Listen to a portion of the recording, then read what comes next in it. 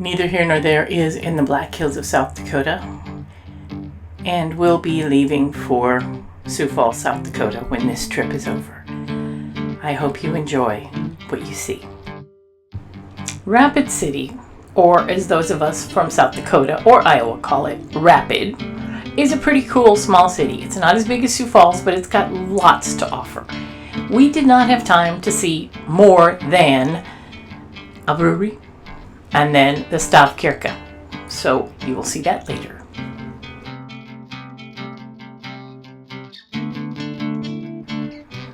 We are at the Firehouse Brewing Company, South Dakota's first brew pub, and it was originally the first fire hall.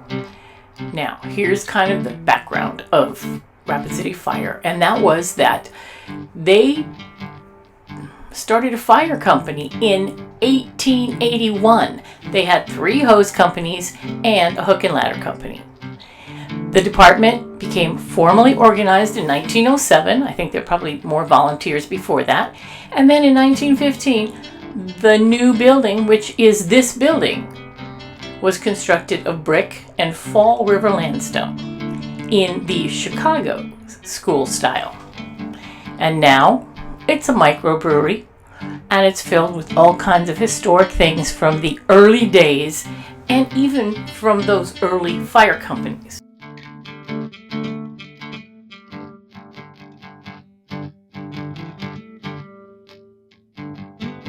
Okay. There was a guy that was a radio minister, and he was in Sioux Falls, South Dakota, and he always envisioned building a church out in the beautiful Black Hills. And he came out here, tried several different ventures, couldn't get anybody to help him finance it. It had a couple, 3 flops. He met a banker by the name of Art Dahl, and Art said, I would be involved if you'll do 2 things. It's got to be a Norwegian style church, and it has to be Lutheran. And the guy said, okay, I can go along with that. So Art took it upon himself to find a beautiful Norwegian church. And so about in the year 1000, a number of areas were becoming Christianized, and they built a lot of these Stave Kirke churches and all over the Scandinavian area. Many of them have burnt down. One of them was built right there, and Art Dahl saw that and said, this is the most beautiful church I've ever seen. I would like to build that in South Dakota. Well, they said, we'll give you the plans if you do it exactly. And so Art said, I will do that. Took it an oath to do that. He came back to Yankton, got a contractor. They went out to Oregon, picked out a bunch of trees and lumber, brought them from Oregon because the original was built out of fir. You couldn't do it out of the local pine. All of the carvings on the outside, Christian crosses and the cock that crowed up at the top. The prow of the Viking ship is up there, so you wanted to get some pagan to come to your church too. 10,000 shingles. So you can imagine 900 years ago carving 10,000 very thick shingles. Inside there's a tape that plays about the symbols inside the church, like the 12 posts that hold it up, or the 12 disciples, the 3 archers, Father, Son, Holy Ghost, those kind of things. We don't have enough people to have a regular congregation, so what we do is we advertise in the Lutheran magazine. Pastors can come and apply.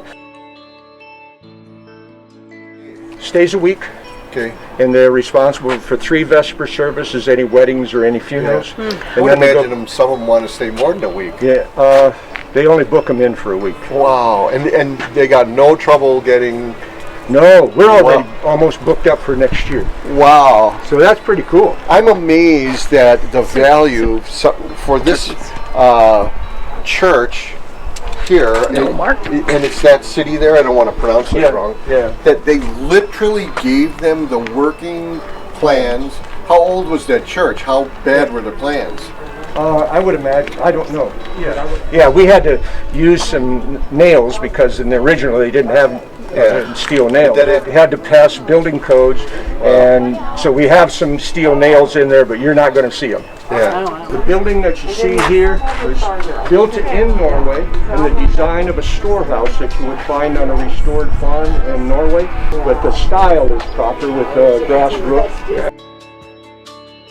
And the log cabin that you see there is an original log cabin built in the late 1800s by a Norwegian gold miner down by Palmer Gulch. Moved here, and that's our museum.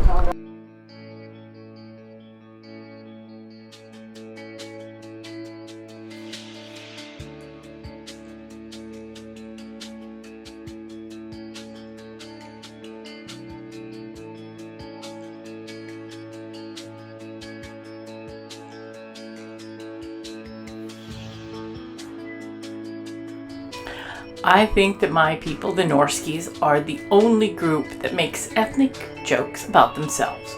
So here is one of the famous Ole and Lena jokes. Ole was in trouble. He forgot his wedding anniversary. His wife Lena was really angry. She told him, "Tomorrow morning I expect to find a gift in the driveway that goes from 0 to 200 pretty damn fast." The next morning, Ole got up early and left for work. When Lena woke up, she looked out the window, and sure enough, there was a gift-wrapped box in the middle of the driveway. Confused, Lena put on her robe and ran out into the driveway and brought the box back into the house. She opened it and found a brand new bathroom scale. Ole has been missing since Friday.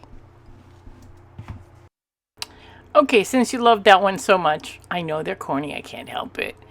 Here's another one. Sven says to Ole, "I found this pen. Is it yours?" Ole replies, "I don't know. Give it here." He then tries it and says, "Yes, it is." Sven asks, "How do you know?" Ole replies, "That's my handwriting." And now, like a good Norwegian, I pause for groans and maybe a giggle or two. There is something spiritual.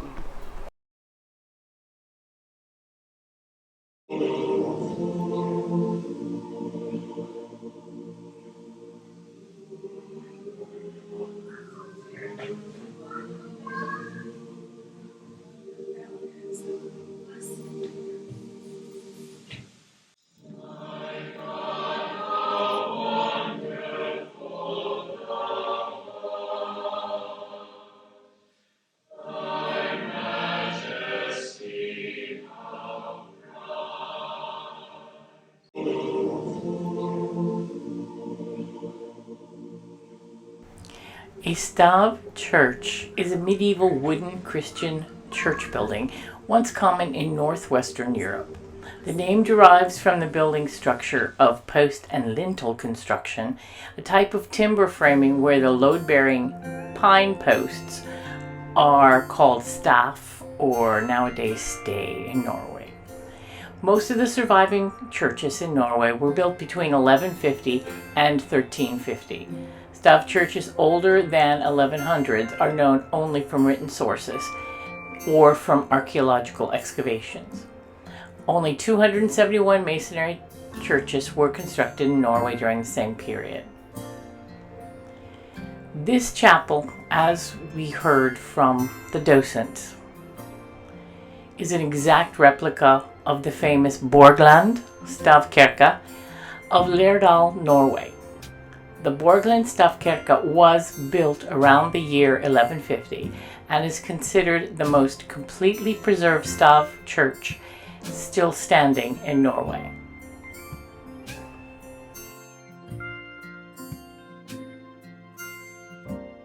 I had been waiting for this all the time we've been in the hills. My favorite thing to do is to go to Custer and do the wildlife loop early in the morning, and it's about the only time I really like waking up, before 6 o'clock, 8 o'clock.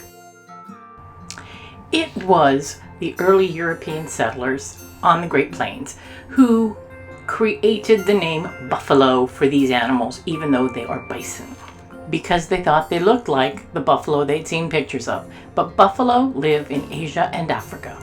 It's estimated that between 30 to 60 million bison roamed the United States before European settlers moved in. Native Americans lived in harmony with the animals and used them for food, hides, for clothing and shelter, and the bones they made into tools and weapons. But when American settlers started advancing from the east to the west, they were hungry for more land and more resources, including the bison. Hunters on cross-country trains would even take aim and shoot down several at a time. The hunting train would then slow down or stop, and there were people who would get off, skin the animals for their coats, and cut out their tongues for culinary delicacies in the cities back east. Unlike the Native Americans, the hunters left the rest of the bison, all of the meat, to rot in the sun. As I work on editing this particular video, it just happens to be September 24th, the day of the 2021 Buffalo Roundup. Each fall, the ground rumbles and the dust flies as cowboys, cowgirls, and park crews saddle up to bring the herd home. As it is an annual event, if you can't make it this year, which you probably can't because it's today, and you won't even see this for another month or more, put it on your calendar for next year. Last Friday in September, the gates open at 6:15 in the morning. The roundup begins at 9:30.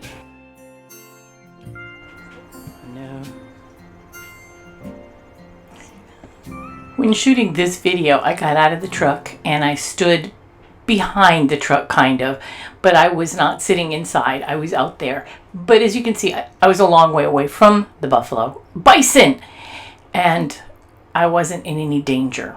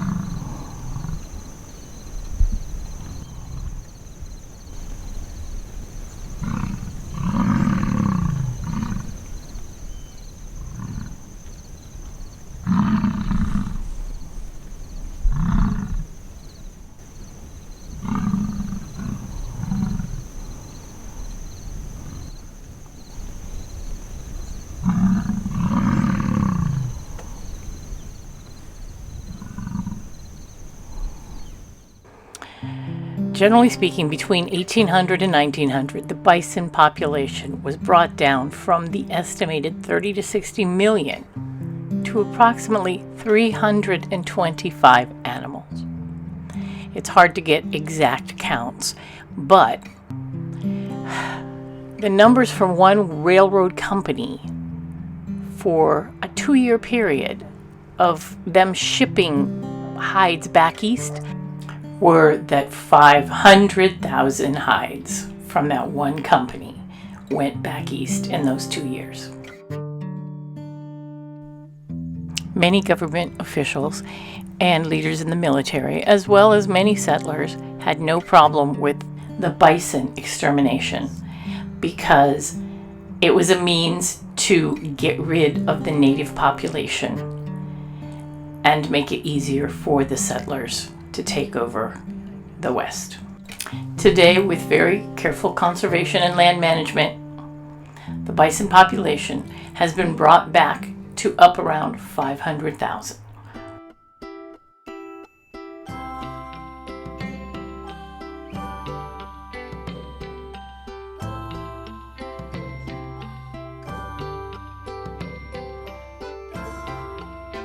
It was very exciting to see the bighorn sheep right there on the road.